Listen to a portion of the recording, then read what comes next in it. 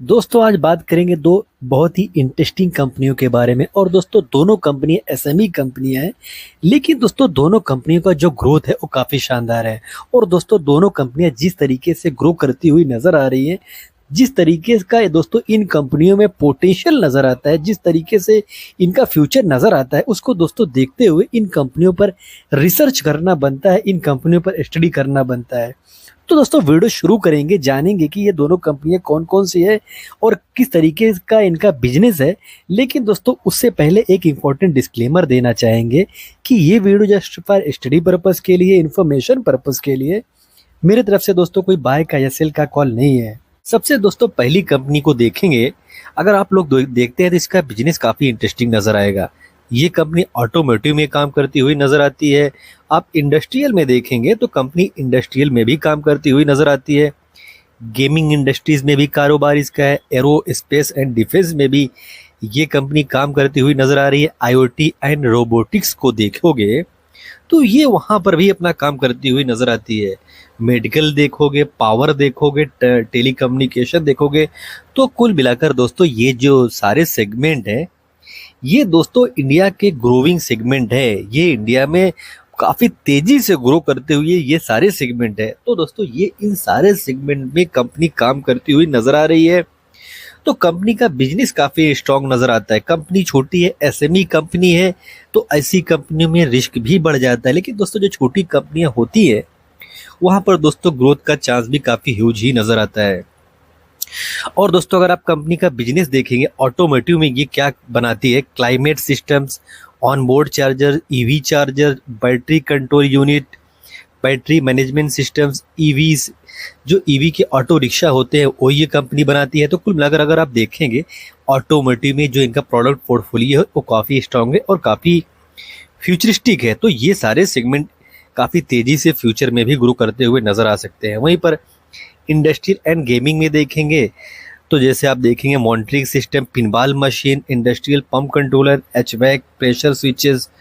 आप डिफेंस में देखेंगे तो डिफेंस में भी कई सारे प्रोडक्ट ये बनाते हैं, जैसे surveillance equipment, radar, awareness system, UA technologies, जो यानी कि दोस्तों ड्रोन। तो कुल मिलाकर दोस्तों जो ये कंपनी काम करती हुई नज़र आती है, आप इनका बिजनेस देखेंगे तो बिजनेस में काफ़ी गहराई नज़र आएगी। तो ऐसी कंपनियों पर आपको दोस्तों डीपली रिसर्च करना चाहिए, बिकॉज इनका अगर आप बिजनेस पढ़ने जाएंगे तो दोस्तों कई सारे जो काम है, जो इलेक्ट्रॉनिक्स से रिलेटेड वर्क है, जैसे डिक्सन और कैश टेक्नोलॉजी काम करती हुई नज़र आती है, वैसे दोस्तों ये भी कंपनी काम करती हुई नज़र आती है। और आप इनके एक एक प्रोडक्ट को देखेंगे तो दोस्तों आप समझेंगे कि इनका बिजनेस कितना स्ट्रांग हो सकता है और फ्यूचर में ये कंपनी कितना अच्छा खासा करने का दमखम रखती है। तो ये कंपनी दोस्तों एक रिसर्च मटेरियल बनती है, तो आपको यहाँ पर रिसर्च ज़रूर करनी चाहिए, बिकॉज इस कंपनी का बिजनेस काफ़ी स्ट्रांग है, मार्केट कैप काफ़ी छोटा है।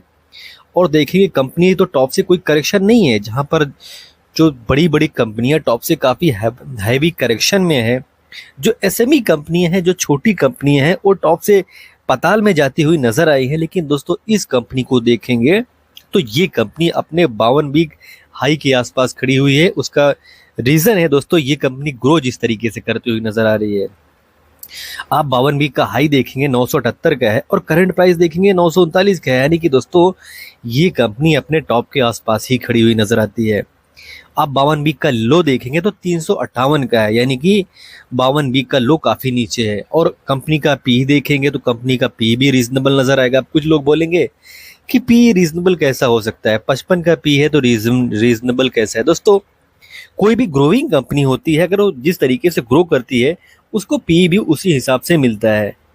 तो दोस्तों ये एक तो ईएमएस सेक्टर में काम करती हुई नजर आती है, जो कि एक फ्यूचरिस्टिक सेक्टर है, जो कि आज के दौर में भी ये सेक्टर काफी तेजी से ग्रो करता हुआ नजर आ रहा है। आप इस सेक्टर की और भी कंपनियों को देखेंगे तो 90, 100, मतलब 100 का, 110 का, 150 का, ऐसा तो इन कंपनियों का पी मिला हुआ है। तो उसको देखते हुए अगर इस कंपनी का पी देखेंगे 55, तो एक रीजनेबल पी जरूर नजर आएगा, बिकॉज दोस्तों कंपनी ग्रो भी काफी तेजी से करती हुई नजर आ रही है। आप कंपनी का आरओसी और आरओई देखेंगे तो ये भी काफी शानदार नजर आएगा। इसका मतलब है कंपनी प्रॉफिट लगातार जनरेट करती हुई नजर आ रही है। फेस वैल्यू देखेंगे तो 10 का है, यानी कि फ्यूचर में ये कंपनी अपने फेस को भी स्प्लिट करती हुई नजर आ सकती है। तो कंपनी दोस्तों इंटरेस्टिंग हर हम मतलब पैरामीटर पे इसको नापने जाएंगे तो हर जगह पर दोस्तों ये कंपनी फिट बैठती है और लगातार ग्रो करती हुई नजर आ रही है।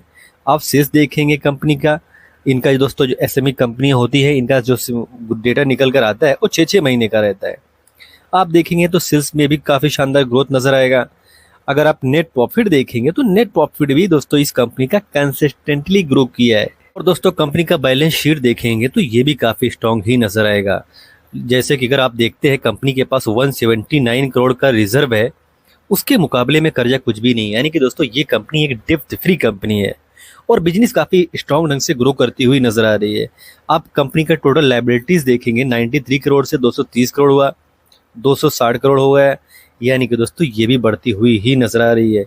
तो कंपनी छोटी है लेकिन दोस्तों कंपनी का जो पैरामीटर है, अगर इसका ग्रोथ का जो पैमाना है उसको नापने जाएंगे तो कई चीजें ऐसी हैं जो ये बताती हैं कि इस कंपनी पर रिसर्च करो, इस कंपनी पर स्टडी करो। तो ये सब दोस्तों ये बताती है। प्रोस की बात करेंगे तो कंपनी दोस्तों लगभग डेप्थ फ्री कंपनी है। लगभग क्या ये दोस्तों कंपनी डेप्थ फ्री ही है। और दोस्तों कॉन्स की बात करेंगे तो काफी महंगे बुक वैल्यू पर काम करती हुई नजर आती है। कंपनी छोटी है, डिविडेंड नहीं दे रही है। और वैसे भी दोस्तों जो छोटी कंपनियां होती हैं वो महंगी भी हो जाती हैं, और जो छोटी कंपनियां होती हैं, जो ग्रोइंग कंपनियां होती है, वो डिविडेंड देना पसंद नहीं करती है। बिकॉज दोस्तों उसी पैसे से ये कंपनियां, जो छोटी कंपनियां होती हैं, वो अपने बिजनेस में डालकर अपने बिजनेस को बड़ा बनाने में लग जाती है। तो ऐसे में दोस्तों ये भी कंपनी डिविडेंड नहीं दे रही है। हाँ, आप देखेंगे डेब्टर्स डेज का इंक्रीज होना, ये दोस्तों एक थोड़ा कॉन्स का बात जरूर बन जाता है कि 200 दिन इनका डेब्टर डेज है, तो ये कॉन्स का बात जरूर बनता है।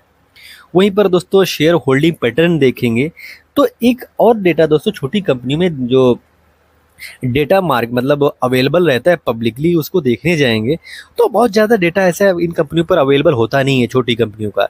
लेकिन दोस्तों जितना अवेलेबल होता है उस पर पैनी नज़र ज़रूर रखनी चाहिए।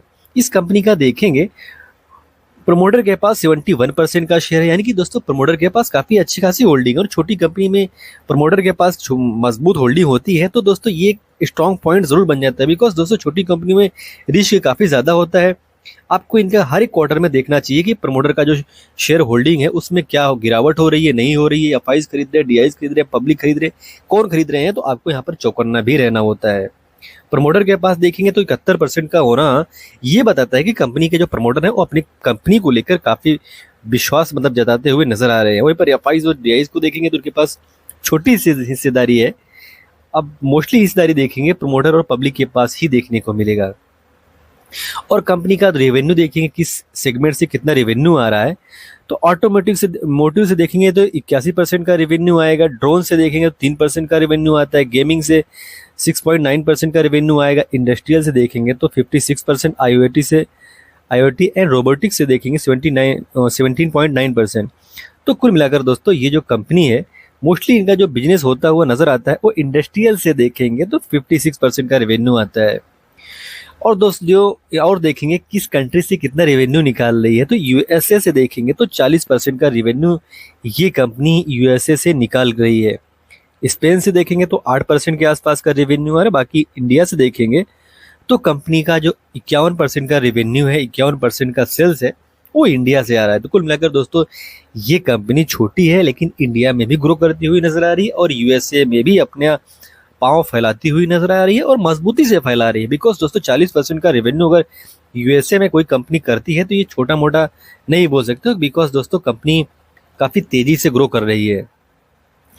और दोस्तों इस कंपनी को और आगे बढ़कर देखेंगे कि इस कंपनी का नाम क्या है, तो दोस्तों कंपनी का नाम एमट्रॉन टेक्नोलॉजीज़ है। छोटी कंपनी है, इंटरेस्टिंग कंपनी है, तो आपको इस कंपनी पर रिसर्च ज़रूर करना चाहिए। बिकॉज दोस्तों कंपनी काफ़ी इंटरेस्टिंग नज़र आती है। कंपनी ईएमएस सेक्टर से बिलोंग करती हुई नज़र आती है। जैसे डिक्सन टेक्नोलॉजी, कैश टेक्नोलॉजी काम कर रही, वो भी दोस्तों कंपनियाँ काफ़ी पहले काफ़ी छोटी थी। हाँ, वो कंपनियाँ एसएमई कंपनियाँ तो नहीं थी, लेकिन दोस्तों वो भी कंपनियाँ कभी छोटी ज़रूर रही होंगी। तो दोस्तों मैं ये नहीं कहता हूँ कि ये कंपनी कल की दिन में डिक्सन बन जाएगी।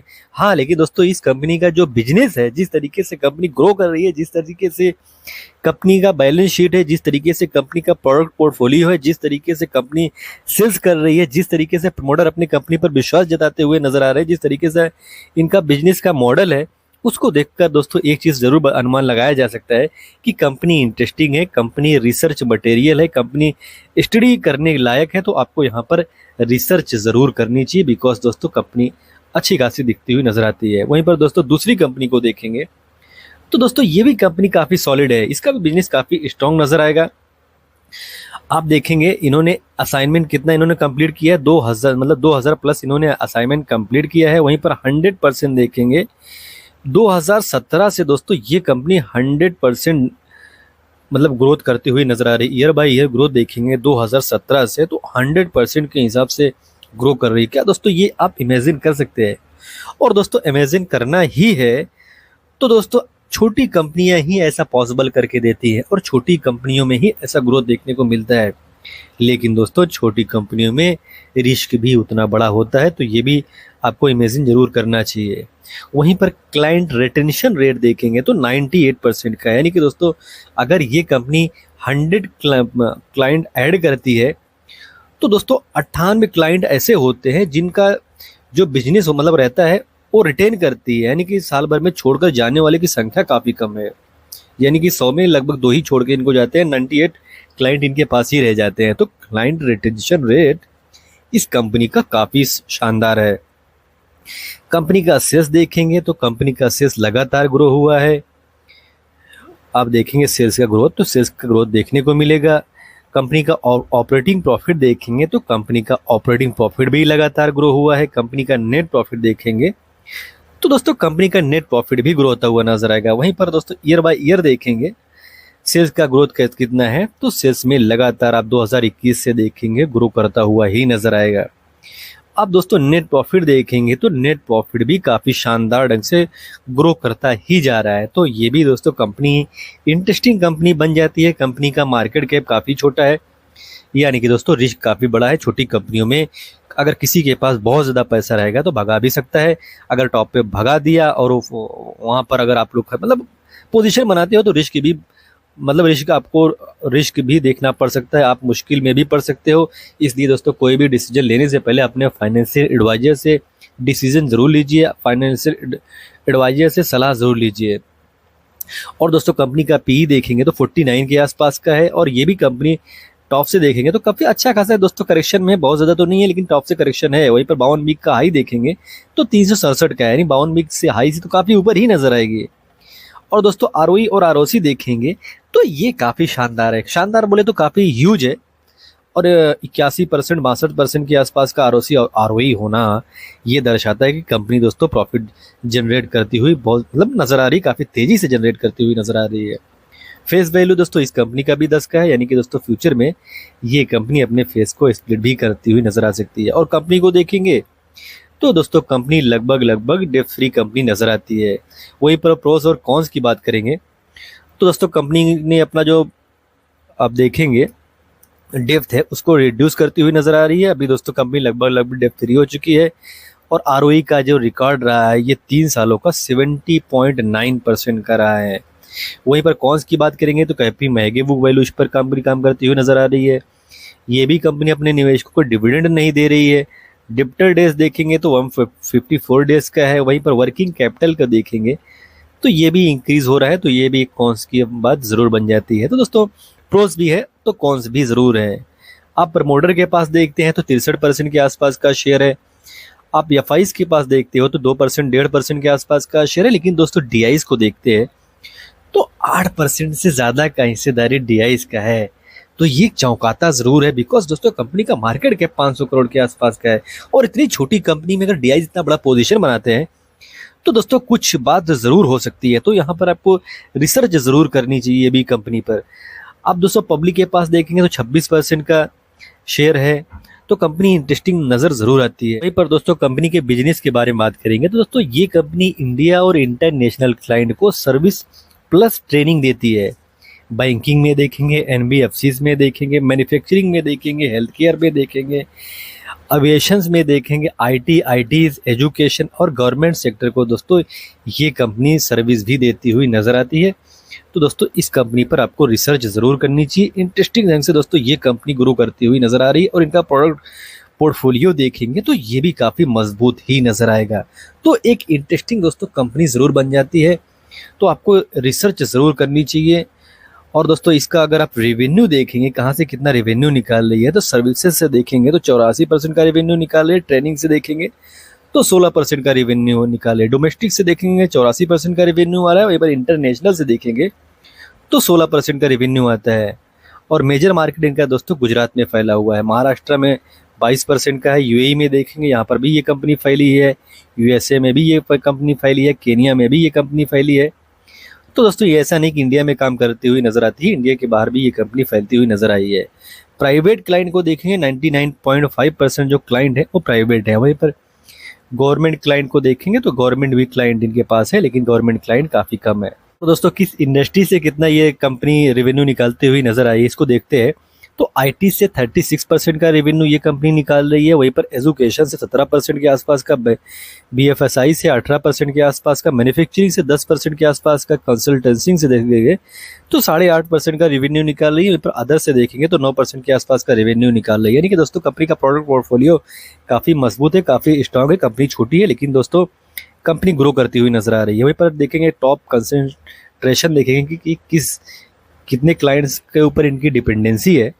वहीं पर दोस्तों देखेंगे टॉप मतलब ये क्लाइंट ऐसा है जहाँ से इनको 12% का रेवेन्यू आता है। वहीं पर टॉप 3 क्लाइंट देखेंगे, यहाँ से 25% का रेवेन्यू आता है, वहीं पर 35% का रेवेन्यू टॉप 5 क्लाइंट से आता है। वहीं पर टॉप 10 क्लाइंट से देखेंगे तो 46% का रेवेन्यू आता है। यानी कि इनका दोस्तों जो बिजनेस हो रहा है उसमें 46% बिजनेस ऐसे कस्टमर से आ रहा है कि टॉप 10 में है वो। अगर उनमें से कुछ भी 2-3 कस्टमर निकल कर इनको छोड़कर फ्यूचर में जाते हैं तो इनके रेवेन्यू में शार्प गिरावट भी देखने को मिल सकती है।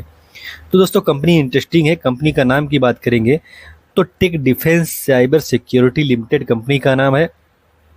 और दोस्तों ये कंपनी काम क्या कर रही है, तो कुल मिलाकर दोस्तों जो आज के दौर में डेटा सेंटर होते हैं, आज के दौर में देखेंगे राउट सर्वर लगे रहते हैं, तो सबको अपना डेटा सिक्योर रखना है। तो आज के दौर में सिक्योर रखने के लिए जो डिवाइस लगता है तो उसको साइबर सिक्योरिटी बोलते हैं।